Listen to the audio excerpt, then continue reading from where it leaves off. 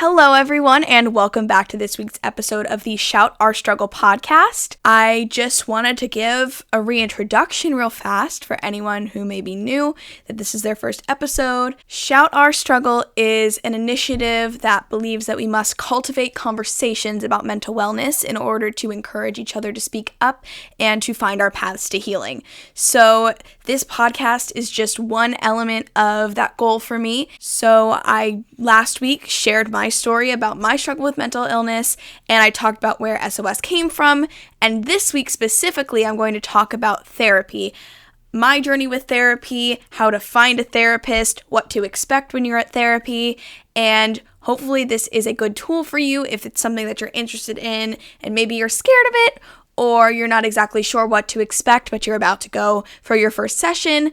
Hopefully this will ease your anxieties about therapy a little bit. So last week I shared that it took me about 6 years between when I actually started struggling with mental illness until I finally reached out and got a therapist. So according to the National Alliance of Mental Illness, it takes 11 years on average from the onset of a mental illness until treatment for most people. And hopefully that can change. Hopefully we can start to get people to realize that they need help earlier on so that they don't have to struggle for as long, and it can reduce the amount of people living with mental illness on their own. Therapy is just one treatment for mental illness, but for me, I think it's the most useful. That doesn't mean that things like medications aren't useful for other people. I don't feel the need to be medicated, but a lot of people find medication for their mental illness to be really useful, so I do not want to make it seem like if you're getting medication or you think you might need medication, that that's not good. It's also a really good way to help yourself. But today, specifically, since my experience is with therapy, that's what I would like to talk about. My first therapist was amazing. My therapist now is amazing too. I'm not saying she's not. She's great. But my first therapist was really great, especially because it was my first introduction to therapy. And I was definitely really scared for my first session because I had no idea what to expect. Through therapy, I've gotten a lot of different skills. Some things that I've worked on specifically, just to be upfront about it, I've worked on setting boundaries, so not allowing people to violate things that make me uncomfortable or upset. I've worked on how to deal with anxiety attacks and how to speak myself through my anxieties logically, how to convince myself that it's just a thought and it's not the truth. And those things that I learned were really helpful. But something else is learning how to step back from the way people are treating me and see that it's not my fault when other people treat me poorly. And not that they're bad people, but they might be going through something themselves that's causing them to treat me the way that they're treating me. And that's part of where my philosophy of self-care as community care comes from, because when you're struggling with something, it can affect the way you interact with others and cause them pain. Taking care of yourself can help prevent you from hurting someone else. When I first started going to therapy, I had just gotten out of a very, very difficult, very, very long relationship. That relationship changed the way I looked at myself. It changed how I carried myself, how I talked about myself. It changed how I spent my time, and I was not as invested in myself as I should have been while I was in that relationship. Through therapy, I realized that I was doing that. I realized my patterns in relationships that weren't healthy for myself or the other person, and obviously it's a work in progress. So that's the most important thing about therapy to know before you go, is therapy is not a solution. You're not gonna fix it in 5 seconds. It takes a lot of work. You have to work on yourself and invest in yourself. It takes a lot of time and energy to go on the path through therapy because it requires you to be fully invested in improving yourself and in your growth. As far as I'm concerned, when you're struggling with mental illness, that investment is worth it because the way you feel after you've reached this goal that you have of fixing some sort of pattern that you fall into, it is the biggest relief ever. For me, it's the biggest relief when I realized that something that I was working on in therapy worked. The second that I was able to set a boundary in a relationship, it was like mind-blowing to me because I had never been able to do that before. Just for me, therapy has been so useful and so helpful, and it's not the only option, but it is a huge step to take, and it's really, really, really so wonderful. And I know I keep saying that, and it sounds very redundant, but it's true. And I hope that maybe me saying that it was really useful for me might make you think it'll be useful for you. I don't know. Hearing other people went to therapy for me was really what pushed me to go. So let's talk about what to expect at your first therapy session. I had no clue, and I've been to 2 different therapists now. So I had a therapist at school in Virginia, and when I moved back to New Jersey, I couldn't practice with her anymore because she's not licensed in New Jersey.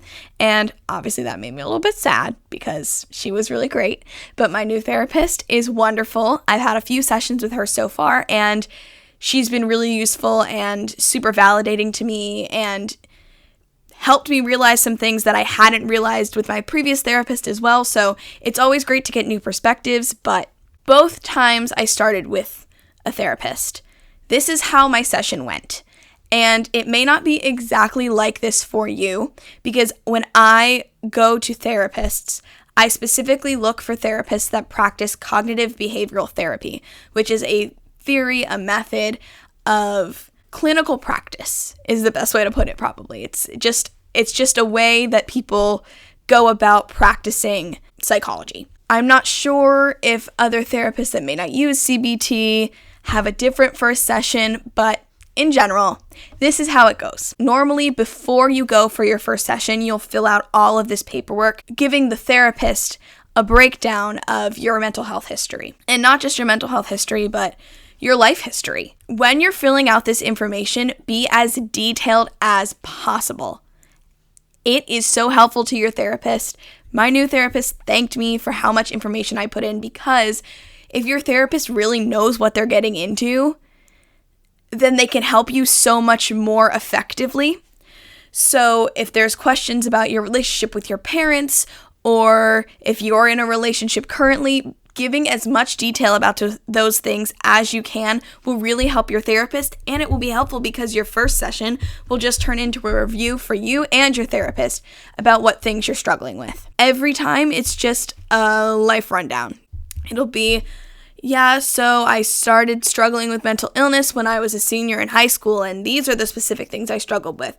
And then I got into college and I struggled with body image issues or feeling like I wasn't enough, having seasonal depression when it came to the winter, things like that. I would say that in the session, and then the therapist would ask prompting questions to get any more information out of me that they needed. That's kind of what to expect in your first session. You're not going to really be doing any treatment that day, most likely, because from your opening session, then your therapist will form a treatment plan for you, and that's going to look different for everyone, because mental health and mental illness, mental wellness is a unique journey for every single person. So it's not going to look the same for you as it looks for me or any of my friends. So I really, really do not want to knock programs like BetterHelp or Cerebral.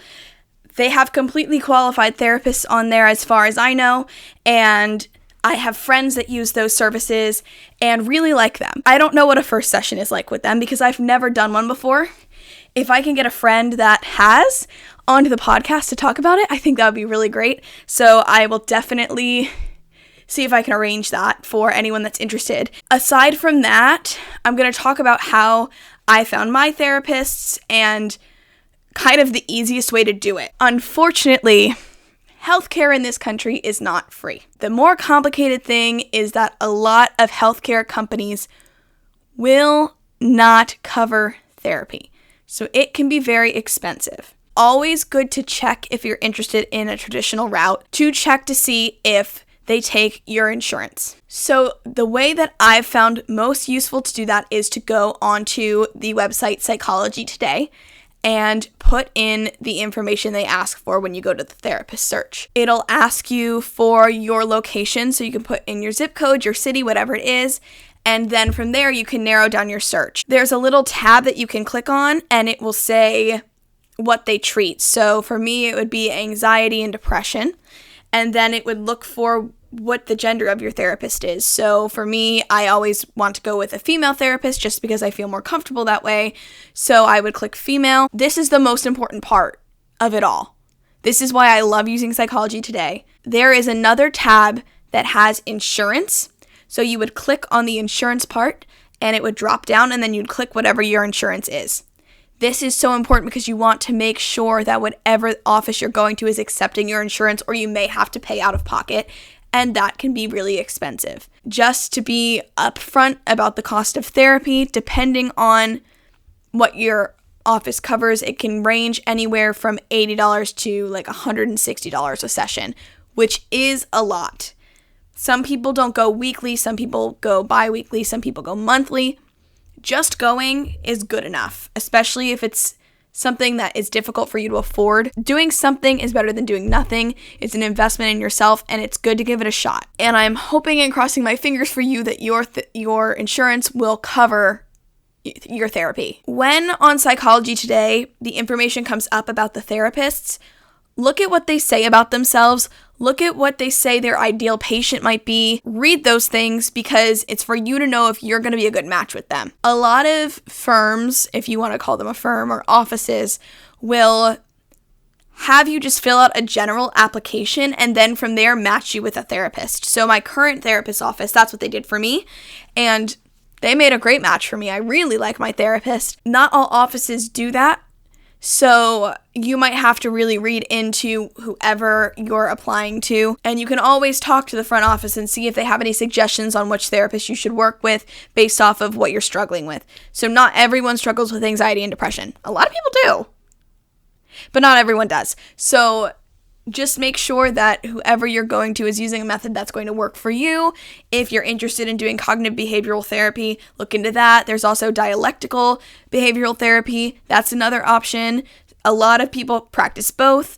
And so people have specialties, like if you struggle with substance abuse, some therapists are specialized in that. If you've gone through sexual trauma, some therapists specialize in that. So you can find a lot of options for you that will be most catered to your needs. So just read as much as you can. Good luck in finding a therapist that's good for you, and I'm sure that there's someone out there that will be able to help you. Don't be hard on yourself or give up on therapy if your first therapist isn't a perfect match.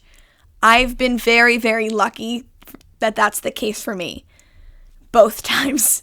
That doesn't really happen often. It might take a little bit of juggling. That's the reason why it's so important to talk about our experiences with therapy. Know that some people do have really good experiences. Some therapists aren't as good as other therapists. That's just how it is. We're all human beings, and it's not that they're bad therapists. It's that they're not a good match for you. So keep looking, keep trying. I'm sure that someone out there will be able to help you. Please don't give up. Seriously, please do not give up on therapy. So that's the end of this podcast episode. I hope that some of the information in here about therapy was useful. If you want help finding a therapist and you really can't figure it out, or you're not sure who to go with, or you'd like personal information about who I work with, I could always give that to you if you reach out to me on the Instagram page, Shout Our Struggle. Please give it a follow. I post some resources on there. So just to finish off the episode, I have some really exciting news for me and for Shout Our Struggle. I didn't want to not include it in the podcast because it's important for the route that we're going to go moving forward with Shout Our Struggle. I'm having trouble saying it. I don't know why. This past weekend, I competed in a local preliminary competition for Miss New Jersey, and I am so lucky to be serving as the 2022 Miss Shore Resort. I am excited because it gives me an opportunity to bring Shout Our Struggle to a wider audience, to have support from multiple different people. All of the girls I have met so far have been so wonderful, and I'm so thankful. I'm very, very proud to be part of an organization that is so invested in uplifting women and uplifting important causes. I'm glad and so excited to add Shout Our Struggle into the beauty that is the Miss America organization and see how Shout Our Struggle plays out within that framework. I'm excited to be Miss Shore Resort and to serve my local community and to serve New Jersey and to serve the world and make it a better place. Yeah, I'm just excited and very proud of myself. I don't know, that's it. That's it. That's the announcement, and that's the podcast. That's the last thing I wanted to include because I didn't want to put it at the beginning and kind of take away from the information. Not that it would be taking away. I just didn't want to put it at the beginning and have it distract from the information that I was providing you all today because it's very important. I will see you again next week. I'm not exactly sure what the podcast will be about next week. I haven't thought that far ahead, to be honest, because I've been a little bit busy. But I promise I will have an episode for you, and I promise you will love it. So have a good week, and I will see you all next Saturday. Bye!